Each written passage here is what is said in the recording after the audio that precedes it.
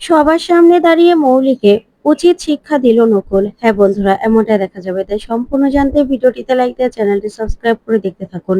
গল্পের শুরুতে দেখা যাবে নয়নতারা আর্যর পাশে দাঁড়িয়ে বানিয়ার অনুরোধকে বলে, আমার দাদু ভাইকে যদি কেউ ফাঁসানোর চেষ্টা করো না, বলির পাঠা বানানোর চেষ্টা করো, তাহলে কিন্তু সেটা ভালো হবে না। ওদিকে মৌলি মনে মনে বলে, গ্র্যান্ড মমি, তোমাকেও জানতে দিলে চলবে না যে তোমার দাদু ভাইকে বলির পাঠা আমি বানাচ্ছি। তারপর দেখা যাবে মৌলি বলে, তুমি ঠিকই বলেছো গ্র্যান্ড মমি। এই বানি আর অনিরুদ্ধ না আর্যকে সবসময় ফাঁসানোর চেষ্টা করছে। ওরা ওর ঘাড়ে সব দায় দেওয়ার চেষ্টা করছে। তখন অনিরুদ্ধ বাণী বলে, কেন? আমরা সব দায় ওর কেন দেব? ও অ্যাকাউন্টার, সেই জন্য ব্যাংকের লোকজন ওকে জিজ্ঞাসা করে, কিন্তু সে দায় তো ওর না। তখন নয়নতারা বলে, ব্যাংকের লোকজন যেন আর্যকে চাপ না দেয় সেই ব্যবস্থা তোমাদের করতে হবে। তখনই আর্যর কাছে ফোন আসে। আর বিদ্যুৎ ফোন করে বলে, আমি থানা থেকে বলছি অফিসার, আপনাদের কোম্পানিতে কি কি ঝামেলা হচ্ছে আর ব্যাংক লোন নিয়ে কি কি ঝামেলা হচ্ছে, সব কিছুর কৈফিয়ত কিন্তু আপনাকে দিতে হবে, ভালো করে দিতে হবে। তখন তা আর্য আরো ভয় পেয়ে যায় আর বলে, বানি দিদি, থানা থেকে ফোন এসেছিল। তখন বানি বলে, থানা থেকে তোমাকে কেন ফোন করবে? ওদিকে মৌলি মনে মনে বলে, যাক, বিদ্যুৎ তাহলে কাজটা ভালো করেই করেছে। তখন অনিরুদ্ধ বলে, আমি বুঝতে পারছি না আর্যকে কেন চাপ দেওয়া হচ্ছে। তখনই আর্য বলে, আমার মনে হচ্ছে আমি ফেঁসে যেতে পারি। আচ্ছা, এই চাকরিটাকে আমি ছেড়ে দেব? এই চাকরিটা আমার ছেড়ে দেওয়াই উচিত। তখনই বানি বলে, না না আর্য, একথা তুমি ভুলেও ভাববে না। তুমি কেন চাকরি ছাড়তে যাবে? সবকিছু সুষ্ঠু তদন্ত হচ্ছে, সবকিছু বেরিয়ে আসবে। তোমার চাকরি ছাড়ার কোনো দরকার নেই। তখন আর্য বলে, কিন্তু বানি দিদি, আমি তো কিচ্ছু বুঝতে পারছি না। তখন নয়নতারা বলে, দাদু ভাই, তুমি চিন্তা করো না, সবাই আছে তো। তখন বানি মৌলিকে বলে, শোনো মৌলি, আর্যকে যদি কোনো ব্যাপারে আর ভয় দেখানোর চেষ্টা করো না, তোমাকে কিন্তু আমি ছাড়বো না। তখন বানি আর্যকে বলে, আর্য, তুমি যেভাবে কাজ করছো সেইভাবেই কাজ করে যাও, আমরা আছি তো তোমার পাশে। কিচ্ছু হবে না। মৌলির প্ল্যান না কোনো সাকসেসফুল হতে দেবো না। সবকিছু ঠিক হয়ে যাবে। কালকে তো স্নান যাত্রা। তারপরে আর্য বলে, সত্যি বানি দিদি? তখনই বানি বলে, হ্যাঁ। তারপরে দেখা যাবে সব বাজার সবকিছু করে নিয়ে আসে সকাল সকাল পিনাকি আর অনিরুদ্ধ। ওইদিকে সাথী ঈশানীকে বলে, ঈশানী, প্রতি বছর আমরা কত কি করতাম এই দিনে। তখনই বানি কতগুলো বস্ত্র বানিয়ে নিয়ে আসে আর এসে বলে, দেখুন তো মাসিমণি, বস্ত্রগুলো ঠিক হয়েছে কিনা। তখন ঈশানী বলে, আসলে এই বছর ঠাকুরমশাই বলেছে বাণীকে এই পুজোটা করতে। তখন বাণী বলে, ঠাকুরমশাইয়ের সব কথা আমি মান্য করব। তখনই মৌলি সেখানে আসার এসেই বলে, না, একদম না, বাণীকে এই পুজো করার, এই পুজো আমি করব। এই বলে কাপড়গুলো কেড়ে নিয়ে যায়। অন্যদিকে বিক্রম দেব সব কিছু দেখতে থাকে। তখন মৌলি বলে, আমি হলাম এই রায়বাড়ির মেয়ে, তাই এই পুজো করার অধিকার শুধুমাত্র আমার। তখন নয়নতারা বলে, দিদিভাই তো ঠিক কথাই বলেছে, যে মেয়েটা বাইরের মেয়ে, বাইরের লোক কেন এবারে পুজো করবে? তখন ঈশানী বলে, আসলে আমিও চাইনি যে বাইরের কেউ এই পুজোটা করুক। আমিও চেয়েছিলাম যে মৌলি এই পুজোটা করুক, কিন্তু ঠাকুর মশাই নিজেই বলল যে বাণীকে এই পুজোটা করতে। আর তাছাড়া মৌলি, তুমি যে আগের দিন কি করেছো সেটা তো জানো। তখন পিনাকি বলে, শোনো মৌলি, তোমার পুজো করার ধরন আমরা দেখে নিয়েছি, তাই শুধু শুধু ঝামেলা করো না। তখনই মৌলি বলে, না, কিসের ঝামেলা করছি? তখন দেখা যাবে বানিয়ে এসে মৌলির কাছ থেকে সে কাপড়গুলোকে ছিনিয়ে নেয় আর বলে, একদম তুমি এই কাপড়ে হাত দেবে না। তখন মৌলি বাণীর দিকে তেড়ে গেলেই অনিরুদ্ধ মাঝখানে দাঁড়ায় আর বলে, শোনো মৌলি, আমার বউ আর বাচ্চা যদি কোনো ক্ষতি হয় তোমার জন্য, তাহলে কিন্তু তোমাকে আমি ছাড়বো না। এই যে বারবার করে আমার বউয়ের উপর তুমি আক্রমণ করার চেষ্টা করো, সেটা কিন্তু ঠিক হচ্ছে না। মাসিমণি, তোমাকে কিন্তু আমি আগে বলে দিয়েছিলাম যে আমার বউ আর বাচ্চার যদি কেউ ক্ষতি করার চেষ্টা করে, আমি কিন্তু তাকে ছাড়বো না। আর শোনো মৌলি, যেটা সত্যি না সেটা সত্যিই থাকবে, তাই তুমি বাধা দেওয়ার চেষ্টা করবে না। তখন মৌলি বলে, আমি আমি কি করেছি? সব দোষ আমার কেন? তখন নয়নতারা বলে, দিদি ভাই, চুপ হয়ে যাও, দেখছো তো সবাই তোমার উপর রেগে আছে। তখনই মৌলি কান্নার নাটক করে আর বলে, মম, এখন আমি বেশি হয়ে গেছি তাই না? আমি সব থেকে বেশি খারাপ হয়ে গেছি তাই তো? তখন ঈশানী বলে, না না, কে বলেছে তুমি খারাপ হয়েছো? তখনই মৌলি কান্না করে সেখান থেকে নাটক করে চলে যায়। তারপর দেখা যাবে বিক্রম দেব এগুলো দেখে ভীষণ খুশি হয় আর বলে, যাক, আমি ভালো লোককেই বাছাই করেছি। এই মৌলি পারবে ওই রায়বাড়িকে ধ্বংস করতে। মৌলির হাত ধরেই ওই রায়বাড়িকে ধ্বংস করব আমি। কিন্তু মৌলি কানা কুড়িও পাবে না। মৌলি সেটা নিজেও জানে না। ওইদিকে অনিরুদ্ধ বাণীকে বলে, বাণী, তুমি চিন্তা করো না, সব কিছু ঠিকঠাক মতো হবে, তুমি শুধু পুজোর আয়োজন করো। তখন বাণী বলে, হ্যাঁ মিস্টার চ্যাটার্জি, আমি আর কোনো রকম কোনো কিছু করব না। যা হবে উপরওয়ালার ইচ্ছেতেই হবে, উপরওয়ালা যা চাইছে তাই হবে।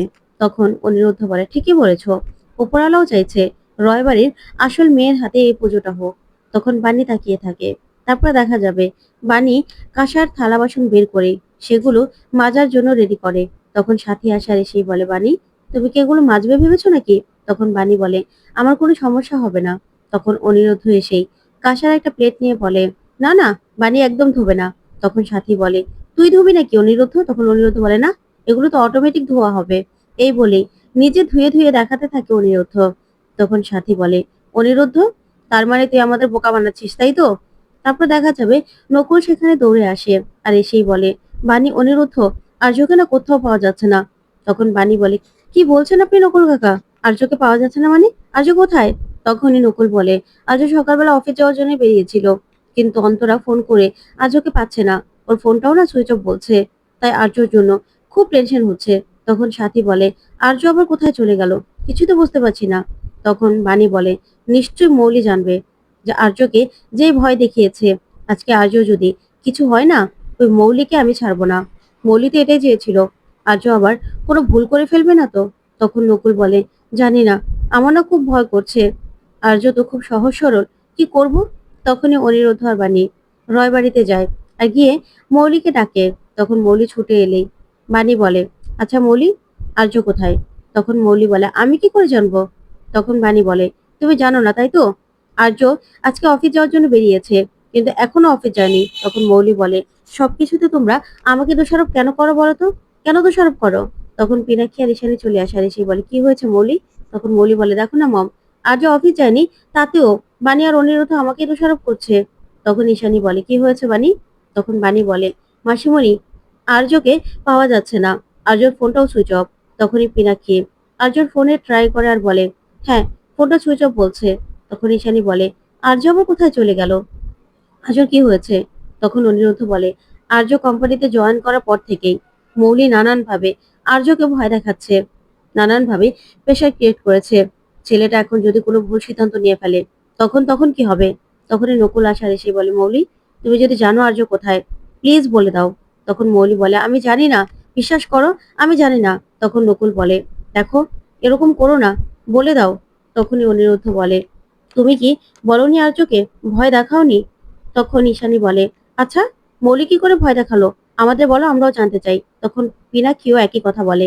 তখন বাণী বলে, যখন থেকে আর্য কোম্পানিতে জয়েন করেছে, তখন থেকেই ভয় দেখাচ্ছে মৌলি। তখন মৌলি বলে, আমি আর কি বলেছি? কোম্পানিতে একটা ঝামেলা চলছে, সেজন্যই আর্যকে সাবধান করেছি আর কি, আর তো কিছু না, আর কিছুই বলিনি। তখনই বাণী বলে, তুমি শুধুমাত্র সাবধান করেছো, তাই তো? তুমি যদি সাবধানই করো, তাহলে হঠাৎ করে এত চাপ আসছে কেন আর্যর উপর? তখনই মৌলি বলে, বিশ্বাস করো মম, আমি কিচ্ছু করিনি। ওরা শুধু শুধু আমাকে ফাঁসাচ্ছে সব ব্যাপারে, আমাকে দোষারোপ করছে। তখন নকুল বলে, দেখো মৌলি, আর্য খুব সহজ সরল, তাই আর্যকে যদি তুমি কিছু বলে থাকো, আর তুমি যদি জেনে থাকো আর্য কোথায়, বলে দাও। তখনই বাণী বলে, আর্যর কিচ্ছু হবে না, আর্যকে ঠিক আমরা খুঁজে বের করব। তখন অনিরুদ্ধ বলে, দেখো মৌলি, আর্য কোথায় আছে বলে দাও, এখনো সময় আছে, না হলে কিন্তু খুব খারাপ হয়ে যাবে।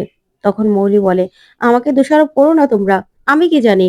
অন্যদিকে আর্য বিক্রম দেবের অফিসে বসে আছে।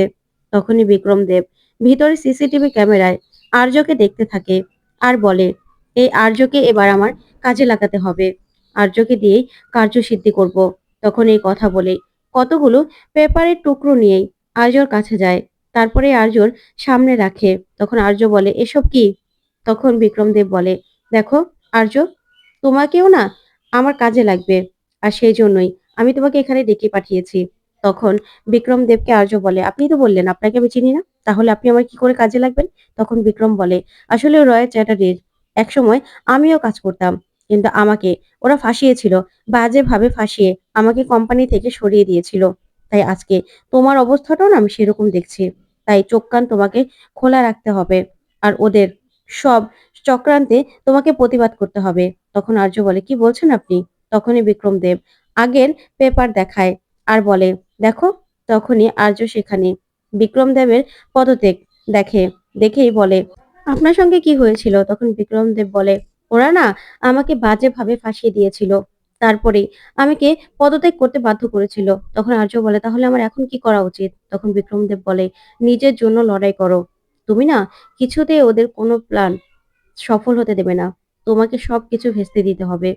আর ওদের সব পদক্ষেপ আগে থেকেই দেখতে হবে। নিজেকে বাঁচাও।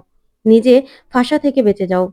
তখনই আর্য ভাবতে থাকে ও কি করবে। ওইদিকে বিক্রমদেব বলে, "এই আর্যকে গুটি করেই আমাকে ওই রয় অ্যান্ড চ্যাটার্জি বাড়ি সবকিছু নিজের নামে করতে হবে। আর্যকে মিথ্যে কথা বলেছি। বিজনেস একটা মিথ্যে কথা বললে কিচ্ছু হয় না। ওরা আমাকে ঠকায়নি। আমি ওদেরকে ঠকিয়েছি।" ওইদিকে আর্য চিন্তা করে আর বলে, "আমি এখন কি করব? আমার কি করা উচিত?" ওইদিকে বিক্রমদেব বলে, "সবকিছু আমার হাতে করব, সবকিছু।" তো বন্ধুরা কেমন লাগলো আজকের আপডেট কমেন্ট করে জানাও। ধন্যবাদ।